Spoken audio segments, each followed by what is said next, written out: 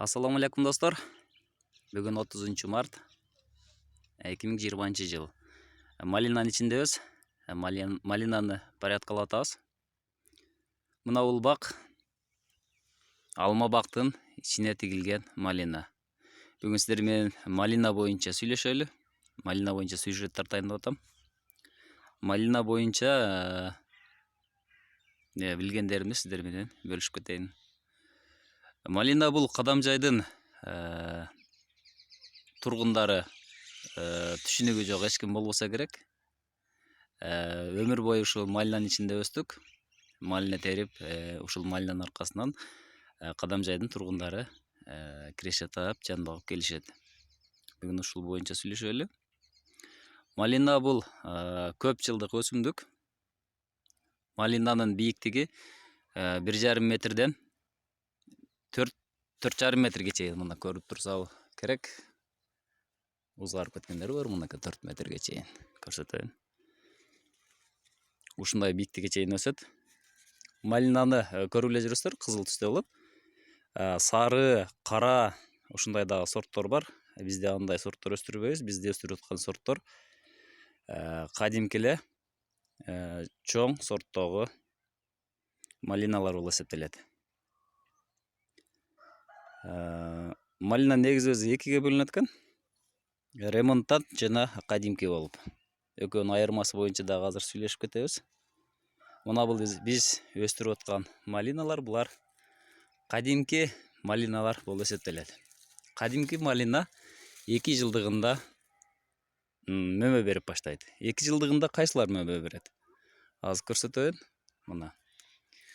Мына ушул бутак 0,5 метр, 1 метрге чейин өсүп жетилип, ушундай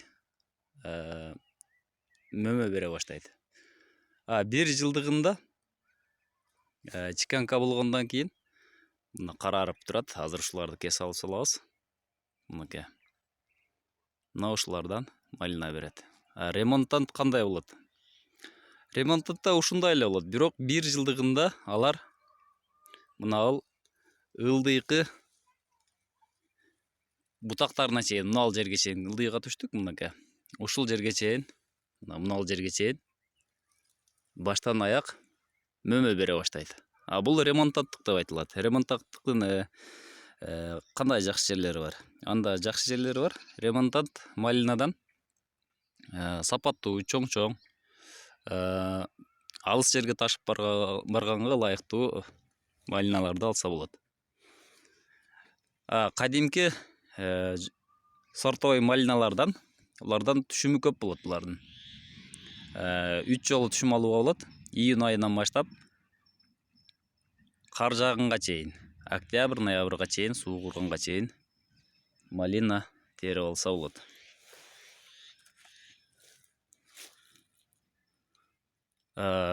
Ремонтантты бул малинаны көбүнчө Россиянын орто кеңдиктерине, Европада көп тигишет. Себеби аларда сууктун күчү -30га чейин, андан дагы ашып кетиши мүмкүн. Кышында бул малинаны алар жаткырып көмбөсө суу куруп кетет. Ошондуктан алар малинаны жаткырып көмүп койгон учурлар да болот. Ошондуктан аларга ремонтант малина туура келет. Ысык жерлерде бул бизде малина түшүмдүүлүгү боюнча көп болот. Бул кадимки малинанын минус жери бул алыс жерге ташып алып барганда эзилүү коркунучу бар. Болбосо бул малина эң көп бере турган малина болуп эсептелет. Сөзүмдө айтып кетейин, кантип көп берет. 1 жылдыгында чыккан малина дагы бир рет көрсөтөйүн, мынакей. Учунан мөмө берет. Муну чиканка жасалган эмес. Эгер чиканка жасалса, бул шактап туруп бермек.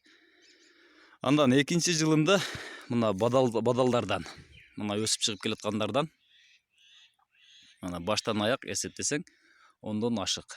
Ушул ар бир бутактан жакшы караса 70тей, болбосо 20-15тей малина түбөт. Кээ бир маалыматтарды кече жакын Супер инфодон көрүп калдык. Бир түп малина, мына колумда турган мына бир түп малина ушул болот мына ичке. Бир түп малина 7 килограмм мөмө берет деп жазып койгон. Бул албетте бул маалымат туура эмес. Элестетиңиздер, мына ушул кичинекей бадалга 7 килограмм малинаны илип койгонду. Элестеттиңиздерби? Бул менин эсебим боюнча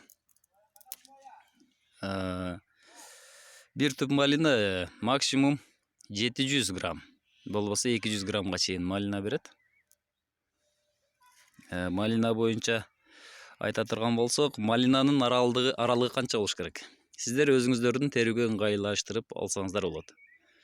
Мына биз оптималдуу вариант bizde 1,5 метр аралыкка тегилет. 1,5 метр аралыкта. Бул чоң эмеспи дешиңиздер мүмкүн, кичине эмеспи дешиңиздер мүмкүн. 2 метр да койсо болот. Бирок 2 метр болгондо мына астынан чыгып кеткен отоо чөп сиздерди шаштырат. Ошон үчүн бизде отоо чөп өзүн өзү бугуп жок болушу үчүн 1,5 метр аралыкта тигилет. Аралык азыр 1,5 метр. Басканга ошондо 50 сантиметрдей жол калат. Оң жагынан дагы, сол жагынан дагы өсүп бири-бирине кайшылаш жетип калган учурлар дагы болот. Жайында буюрса тартып дагы да көрсөтөм. Мына аралык 1,5 метр коюлган. Суу эки жагынан ичет. Бул жагынан анан бул жагынан азыр арыгы алына элек. Көңүл бурбай эле коюңуздар, бул порядкалуу эмес болуп турат азыр. Кол тийбей калган күзгүсүн кескенге. Буюрса азыр ушул порядка жасап аткан кезибиз. Мына зым канча тартыш керек? Буга зым 3 катар зым коюлган. Мына бул биринчи катардагы, мына биринчи катардагы 50 сантиметр, андан кийин 1 метрде мына экинчи зым. Мына үчүнчү зым 1,5 метрде адам бою турат. Көрдүңүздөр зымды? Түбүнөн чыккан жаңы малинанын жашоосу 2 жылда аяктайт. Мына колумда турган малина азыр мына 10 сантиметр болду. Ушуну көчүрүп алып барып тиксеңиздер болот. Бул малинанын жашоосу 2 жылга уланат. Быйылкы жылы 1,5 метрден 4 метрге чейин өсүп чыгат. Эгер 1 метрге жеткенде чыканка кылып кое турган болсоңуздар, бутактанып 2-3 бутакта бөлүнүп тезирээк мөмөгө кирет. Мен дайым айтып келаткан пенсировканы да жасаса болот. Ушулар чоңойгондон кийин 1 метрге жеткенде учунан үзүп жасап койсо болот. Мына бул биринчи жыл ушундай жашыл, сабагы да жашыл болот. Кийинки жылга чыкканда мынандай ушундай боз күрөң түскө айлана баштайт. Мынакей экинчи жылдан малина мына ушул жашыл бутактарынан өсүп мөмө бере баштайт. Малина негизи бир орунда, бир жерде 10 жыл, 20 жыл жашайт. Жакшылап карасаңыздар, отоо чөпкө алдырбай, дарысын берип, витаминдерин берип, кыкты салып карап турсаңыздар, сиздерге 20 жыл бою мөмө бере алат. Кээ бир маалыматтарда малина жарыкты сүйөт деп жүрөт. Малина ала көлөкө жерде дагы өсө алат. Мына көрүп турасыздар, азыр жалбырак чыгар элек. Жалбырак чыккандан кийин мунун асты көлөкө болуп калат. Мына ушундай көлөкө жерде дагы малина өсө алат. Малинага канча жолу суу коюш керек деген көп сурашат. Малина бул сууду сүйгөн өсүмдүк. Бир жылда 4-5 жолу деп жазып коюптур Суперинфодо. Малина аптасына мөмө бере баштаганда аптасына суу бериш керек болот. Астында нымды карап туруш керек. Өтө нымды сүйгөн өсүмдүк болуп эсептелет. Малина кандай жерде жакшы өсөт? Малина күрдүү, семиз топурактуу, кара топурактуу, кумдуу жерде да өсө алат. Негизи канчалык жакшы баксаңыз, ошончолук жакшы өсө алат. Таштуу жерде бирок сууну көп талап кылат. Малинанын оорусу жөнүндө айта турган болсок, дижемела деген көк оорусу бар. Монда да көрүп турат, мына азыр карарып турат, мынакей. Биринчи жылы жашыл убагында мына ал мынеке. Мына астында мына жакшылап көрүнсө бүчүр чыгып келатат. Мына үстүндө бүчүр жок. Мына ошондой оорусу менен ооруйт. Мындан башка сары вирустук оору менен дагы ооруйт. Азыр жалбырак чыга элек. Жалбырак чыккандан кийин мында турат. Мынеке. Жалбырак чыгарып атканда эле уже саргарып ооруй баштайт. Эгер сиздин багыңыздарда мына ушундай сары болсо, анда бул вирустук оору болуп эсептелет. Буларга фунгицид чачылып дарыланат. Негизинен ушул эки оору. Курт кумурска зыянкечтерден шиш тумшук деген коңуз бар. Азыр көрүнөт бүген. Азыр жок. Мына ушул коңуз гүлүн, жалбырагын жеп зыян келтирет.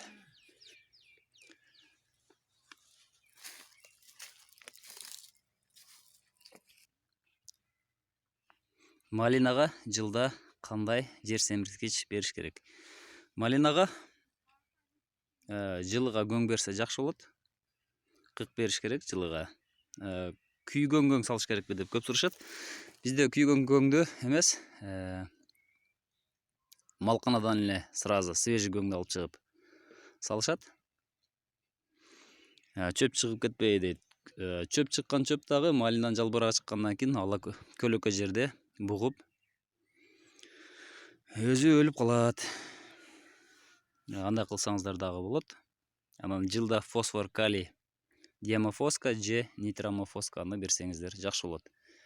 1 метр квадратка 60 грамм. 60 грамм салынат.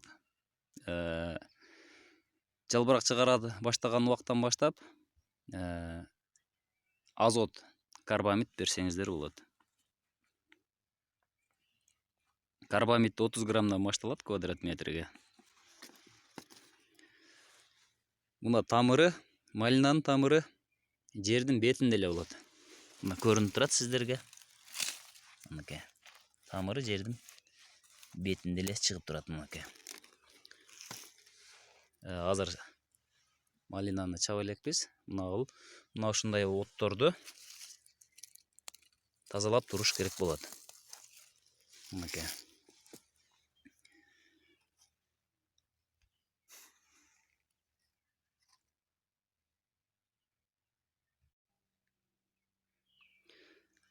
Мынакей малина көчөттөрдүн алдына келдик. Малинаны бизде помидор көчөт деп коебуз. Малинанын помидор көчөтү. Бул көчөттү март айында отургузууга болот. Апрелде дагы отургузса болот, бирок бийик өсүп кеткендиктен көктөө проценти азыраак болуп калат. Ысык көл нарынга дагы малинаны отургузса болот. Малина суукка чыдамдуу. Малинанын тамыры минус 30 градуска чейин чыдамкай болот. Кыргызстанда көп жерде кезиктирүүгө болот. Жалал Абадтын Арсланбапта, Сары Шелекте дагы жапай өсөт. Малинанын негизи малинанын түрлөрү көп. Биздин өзүбүздө эле ушул жерде 5-6 түрү бар. Эң негизгиси биз сорттой кадимки малинаны өстүрөбүз. Азыр сиздерге малинанын майда жапайысы боюнча да көрсөтөйүн. Эгер сиздер айырмалай алсаңыздар, мына жанында эле малинанын майда сорту турат. Мына жалбырактары майда. Мынакей.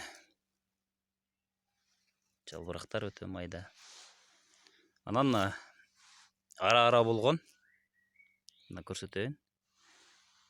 Ушундай майда аралуу немелер көп болот. Мунуку чоңчогураак, тоголок келет. Бул майдарак, кичинерээк, сүйрү бойдон келет жалбырактары. Мынакей бул чоң сорттогу малина. Аралык жолу 1,5 метр деп айтып кеттик. 1,5 метр коюлгандыктан мынакей көрсөңүздөр. Ушул малина күзгө чейин 4 метрге чейин өсө алат. Тамыр жакшы жайланышкандан кийин 4 метрге чейин өсө алганын көрүп турасыз мынакей. Бул жагында көрүнүп турат. Ремонтат деген сөздү негизи көп түшүнбөөрүчү деп айтылат экен. Мына ысык жерде дагы малина 1 жылдыгында деле түшүм берет. Учунан болгону эртерээк мөмөгө кириш үчүн чыканка жасап туруш керек. Малинанын түшүмү менен сүйлөшөлү. Түшүмү эгер жакшы карай турган болсоңуз, малина гектарынан 200 центнерге чейин берет. Бул биздин практикада көрүп келебиз. Андан тышкары ремонттан сорттордон Патриций деген сорттор бар. Комберленд деген кара малина бар. Пока бизде ал малиналар жок. Көпчүлүк ошол Комберлендти, кара түстөгү малинаны ежевика менен алмаштырып келет. Тикени жок ежевика деп келишет. Жок, ал ежевика эмес. Ал кадимки эле кара түстөгү малина. Мына достор, азыр сиздерге көчөтү боюнча көрсөтөйүн. Малина көчөт боюнча айтайлы. Мынакей бул жазгы помидор көчөтү малинанын. Мына ушундай жашыл тамырлары ичке болот. Мунун көктөө проценттери, көктөө пайызы азыраак, тынымсыз күн ысып кете элек отургузуп, тынбай суу берип турушка туура келет. Бул тамырлуу бадал көчөтү мынакей. Муну 40 сантиметр коюп туруп мына жерден кыркып салыш керек, мына жерден кыркып салыш керек. Мына тамыры уже жакшы болуп калган, развитый. Мынакей бул анча мынча өлбөйт. Муну кышында отургузса болот. Кышында дем, күзүндө деген кечиресиздер. Мынакей мына жерден өсүп чыгат. Кадимки малинаны 3 сезондо, 1 жылда 3 сезон терилет. Июнь айынан башталып кар жааганга чейин. Биринчи мына ал чыгып аткан бутактардан мөмө берет деп айттык жана. Андан кийин мынакей астынан чыгып келаткан орто бышар деп коет мынакей. Мына ушу орто бышарлардан берет. Андан кийин мына мындай күзгүсү. Жана башында көрсөттүк, эң учунан мынакей. Азырда көрсөтөйүн мынакей. Мына ушул кыркыл элек бөлүктөрү. Мына ушуну кыркып салабыз. Мына жерден кыркып салабыз. Бул күзгү малина кыркылып бул жерге тартылып зымга байланат. Мына достор, 18 мүнөт бою сиздер менен малина боюнча сүйлөштүк. Малина тигиңиздер. Малина тигип байып аткандар дагы бар. Сиздер дагы малина тигип байыңыздар. Бала чака багыңыздар. Ишиңиздерге ийгилик, тынч болуңуздар.